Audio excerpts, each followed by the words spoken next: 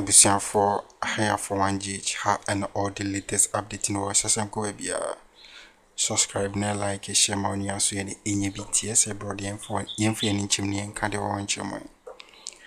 Sabri and Mokase Mahama ye vindicating ye patches and yasagator edify their home. Edify the removal of a year Chief Justice a Mami Torkornoo. Just say petitions are hold Barbontin. Just a Chief Justice a Jinaso a Barbontin. A then a letter speaking with emotions. Church on name baby Roma. A President John Dramani Mahama can't why disappointed. Right now, Ivan Chin a Barbontin a be vindicated Mahama ye patches and yassing to what you say. John Dramani Mahama ain't mean sorry and cast was sake a Chief Justice. There be Onisa power no. Now so the only way bit massacre no and they say this a Ghanaian and as a Ghanaians a repetition but no jina so the sake no. Na niema ye jina so the sake a Chief Justice no ye say a niema miensa. Ye betini nyina ne mu two hu hia pa ne 1 misbehave and 2 incompetent. The account e bekwa kwete wonsem. Na sisi no Ivan Chin say NPP MPs are sorry at the case in a court ekoji a lawsuit against a John Dramani Mahama no wasini nyina no emfa kwem. So Supreme Court be rule against these people na yenkoni kweti sene mu ncheche mu yi. Menua niema na kwaso na generate whole lot of debate in the first place. Matisa say tafo MP at the court say or stop the process because of free say president at Chief Justice 9 so be your friends say when the far who so because onyama na kwenya ema yentie no. And sometimes what's in China will follow some of these things, and this guy in question is a parliamentarian. Now this is the way he thinks, and you could see clearly that it is either he's motivated by malice or the partisan lines na yendim no, and I say he's not even thinking right, and I say he's just ignorant about this whole process. Because at this point, anybody will push the president to court to stop him because Onyamo Chief Justice Amanye. So we have provisions now. Article 146 now. That was a hawa. So we Chief Justice free her, and I say any member of the Supreme Court bench no free her, and I say or talk about regional tribunal chairman and as a forum. So you free her. There are clear outline. Our constitution now kasa adhere to her quite clearly how that particular process must be. Your friends are applied. So at any point in time, so what the president have their offer, you have every right, citizen, to complain. But at this point, the question I say any reasonable, logical mind be say at this point, president afomemra. Now say Chief Justice who demand now all demanded for petition copy no. Is it right or is it wrong? That is the question we are going to answer this time. The whole thing is that Constitution say president receive petitioner. It was set up that particular petition. Now Odema your friend say Council of State no more establish a premium facie in the face of we know whether it is credible to be your friend say but what team people are not considering they say sa particular we need a constitutional injunction on both the president and on your friends the Council of State.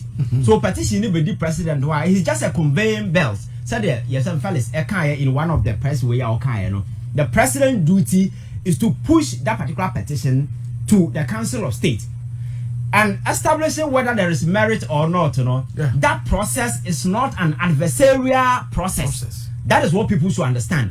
Adversarial say I don't know a bit more quite and I say that particular process is never adversarial. It's a procedural. Who say petition appropriate and I say appropriate on the face of thing that has been presented. So at that point, you know, you don't need the input of Chief Justice because they are not going to go into the case, the merit of it, to determine whether it is relevant or not. Sometimes you can even just look at a petition on the face of it and determine, say, even the petition is not competent. So there was a time I think say a bit by yes, sign it.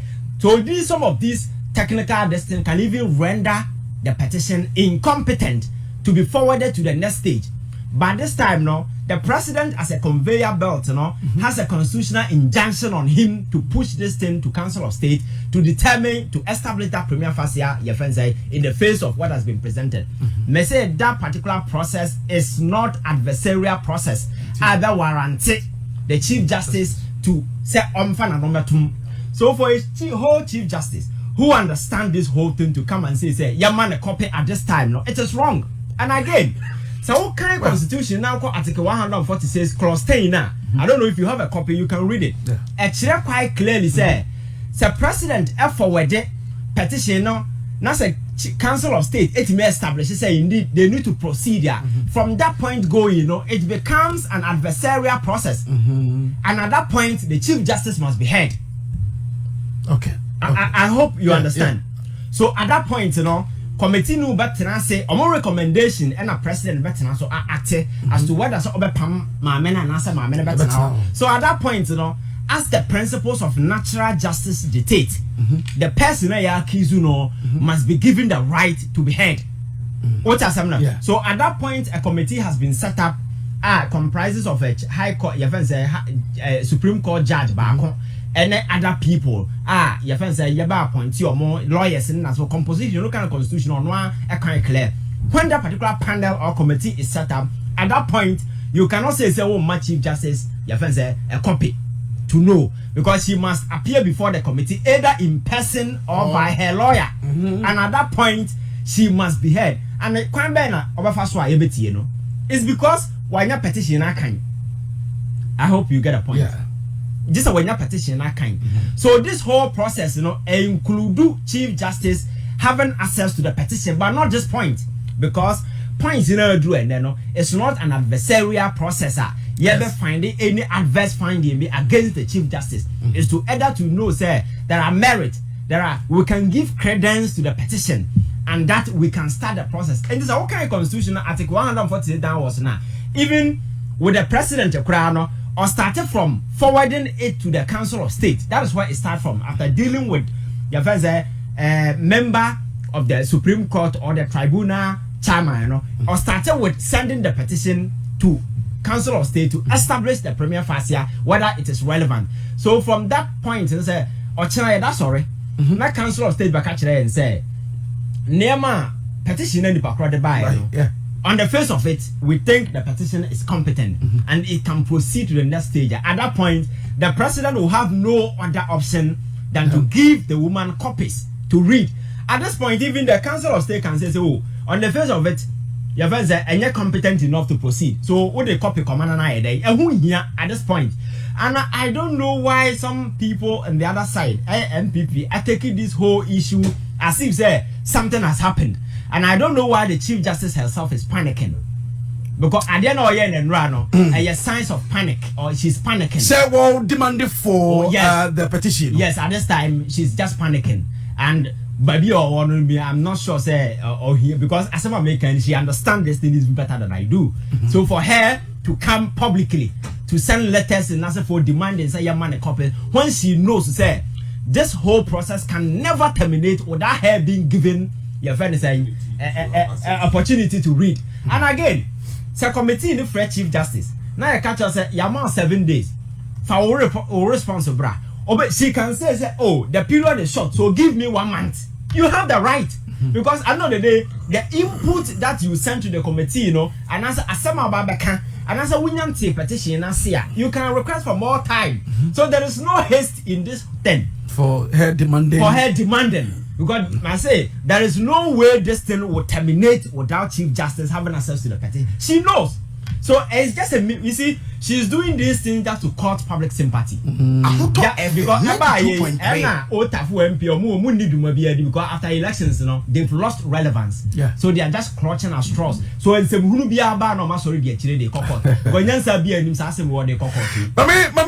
say Ivan Che innocent. I know so when you but then mommy quickly mommy will bear 5 minutes being counted. I can go for a short quick commercial break. Yeah, sure there's a number the break coming. Yeah, I didn't account bina yes I'm Van Piaka. Coffee. As a what kind of constitution now, or be so clearly say on what grounds, and a bit may Chief Justice a flaw, a threat, either misbehavior, incompetence, or infirmity to both body and mind. Yeah. Yadanam where you know who said Chief Justice Yare. But there are two broad areas that are very, very vague. One share in interpretation your way. One has to do with misbehavior, and the other one has to do with incompetence. But they are normally, so you will be free. Obenya, wait me use your incompetence because incompetence is like a sea. I will come for fishing. When you be ha, benya be ha. And there are a lot. One, make sure say at this point. Public trust in institutions now winning considerably. That alone is enough testament to give justification to the fact that the person in charge is incompetent. And there are public posts out there. Again, so we heard some of the rulings in the past. Birth certificate issue. Now, I mean, she was part of the panel, even though she wasn't the Chief Justice then. And again, in recent times, most of the contentious issues about abonting, there was a timer. Electoral Commission decided to embark on a particular registration at the district level. NDC and 6 other political parties at the court. Such issues, you will expect in Kabaya swift response. Almost Chief Justice took on day. Tab date national bottom on my one TV. These are evidence. These are evidence of incompetence anywhere, because bench in your mama and your papa who took out the data show bottom. What does I'm not making say? And when it comes to some of these adversarial incompetence and as well, I can sit here and tell you that there are a number of them. The banter between the Supreme Court and then the judiciary. Some of the rulings about the banter between the Speaker of Parliament. In the end, this LGBT issue, the swift manner, yadikotie a fellow marking issue. Now this whole landmark case a software Muslims. Now no issue now I said Tafo MP in the quarter. Some I can sit and tell you but who's the fixed date for Tuesday? Someone who's the fixed date. So it means the woman is acting where it favors her. And every now and then she's proving it. Exactly. Yes, I mean one thing I don't like about her is that posture of arrogance, looking down on people that kind of way. You know, for me, she doesn't engender trust and confidence. Ghana for a pair from the judiciary, and against the backdrop said. Majority of Ghanaians don't trust the institution called judiciary. There is the need for us to sanitize the institution. What I say? And at this point in time, maybe or no one who said the IAEA then you're back up because for her to scream when it's not time for her to scream. No, Kelly choose Adibia Fanatum Bakovi at the chair Muslim for AD. Your friend is saying holiday no Musalano. Who's a Omupian and Pio Comayanka? Sign and Pino yet down Mafia. Say you could do us a malam when you want to call my Epic Christian humanity. So then Piana, a salad do I end up Comayancano. We yet died then and Pio not back home. And that is the situation I see. So Chief Justice, ya can't come my Yancano. When you say Edana or Mafia, and Wintina was a Siaki no because only the wire. And within the judiciary itself, there is tension among people on the bench. Promotion. Quite recently, I know in the far cat, actual command, and now Kufuano. Actually, on the number for the classmate, didn't say, or person or appoint to the bench. We are fee. And that thing was illegitimate, it was illegal because such consultation must be done with the Judicial Council. But Opushi Munina or that particular letter is a sign of income. It means that one can win him the auto and away. Or be in favor no pushy. So for me, that woman, as long as she's there, and the reason why she's fighting it, Sadia will go through her. It will become a danger on herself. She will be the first Chief Justice in the history of this country under the Fourth Republic, and she doesn't want that. But that is why you see some people on the other side, but for the Tafo MP and the MPP, what they are doing there, these are confused people who have lost the election. Instead of them to go and sit down and then see how meeting back, they're just clutching at these straws just to be relevant. I think they should be ignored. That nothing has happened. President Mahama at this point has not heard from Marabia, Sankawa Fuma, Kovi, Meno Metana Mesoso. You know that. So it's a process, So you're setting up a committee to translate the finding back. Nasa Mamma, ya man a choir. I don't know. You never who said it's in clear violation of her human right. And we'll come here and talk about it. But we are not there yet. And there is no indications that president will not allow her to be heard. But at this point, I think she should stop screaming and call her dogs back home. Or more go straight to this or more back for no because time in so yet. some be back time no so a you be more park am more be gina so be back and then everybody will hear them, but at this point I'm not sure say they have any point. Mama now say I was for a edifa a John Dramani Mahama any just a president any a chief justice a mami Torkornoo case no and I just a breakdown no go so na the eba no even chain e go be just an adwuma bi pa no wa say enye NPP MPs for no kwan esua de or say enye parliamentarians for kwan na de esua de law no omso bia bitima test the law na so no ye nyina esua bi nti ono de wetima kan sisu pin say ye NPP MP tafu MP the case now they are dying Supreme Court no ohun ni tini ne nine ohun like ohun faso also because adia John Dramani Mahama our president eye no eye mra kwan so na no nam and yes John Dramani Mahama say one or ba besaki a chief justice on cancer on file te bia so ba montin ka say wasake no so wonim dinti ade omugina so edi akoje a lawsuit against John Dramani Mahama say oni ho kwan so wasake a chief justice awo kwan ben so aber crime rana esie de ya pa wo ho ne say these parliamentarians for omo pa so na hyehyembra ema yen Ghana for di so nti obi o hyembra na oni mra no onim embra no ya ni morem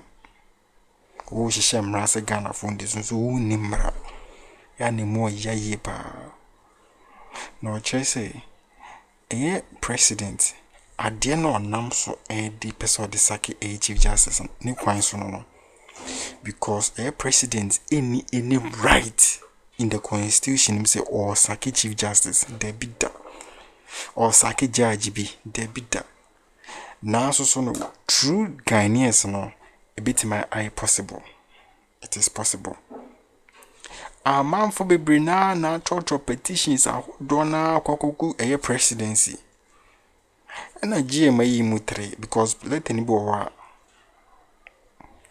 omo pa omo njintu because let your kwan fa so trollete na say bia one sign one for all the features number me ya to njen to back ko he kwan na let a good presidency on any letters keto e fa the removal of a CJ and as a chief justice ye mutre wan kaso original start trainers wa sakino with the Conference Council of State for musie yenti bida meanwhile so e constitution mu meanwhile so kwan ye fa so edi ACJ free hono no eno no ye no John Dramani Mahama emfa mra bia nhye ni sem na de ma asem no eye nikakra ne say opekran ko meka nche Ghana for enzu because of transparency ntino wa kam obi ehu de ekoso presidency o si edrimike court akwaji injunction atoso ukwaji injunction atoso say when one farmer council of state for an assessment anything amount for edi atembe bre this MPs no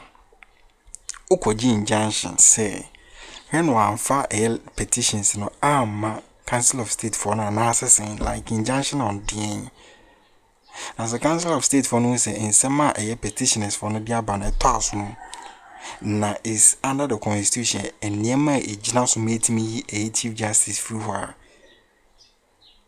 na the president say okay wa jatuma won junction ayeden because president so no wa farmer kwan so na ede adwuma so ayeden injunction about the so evanche HSS ani mani nyina no on hyeden ho ne tine ne nan anti nkrofo we also muni dwuma bi krampo di because omulusi no I think say omom ye ministers omodwuma ba om CEOs omodwuma ba muni dwuma bi di ana che so mo se Ghana for adaje no akwa na afisulusi no omulusi na ho ntase no so achi omo ankasa nti no me yamfa ya adwen ko omo so kese because eniema mo ye no to ono no o emfa kwem 1-2 ni eko omodwane kokot 1-2 ni edwane kokot 1-2 ni edwane kokot na ade ni eyi eye Charlotte say efi ho no mo edwane ankokot mundi jeme say ba na ade na mo edwane ankokot onumpo na ni incompetence ni ede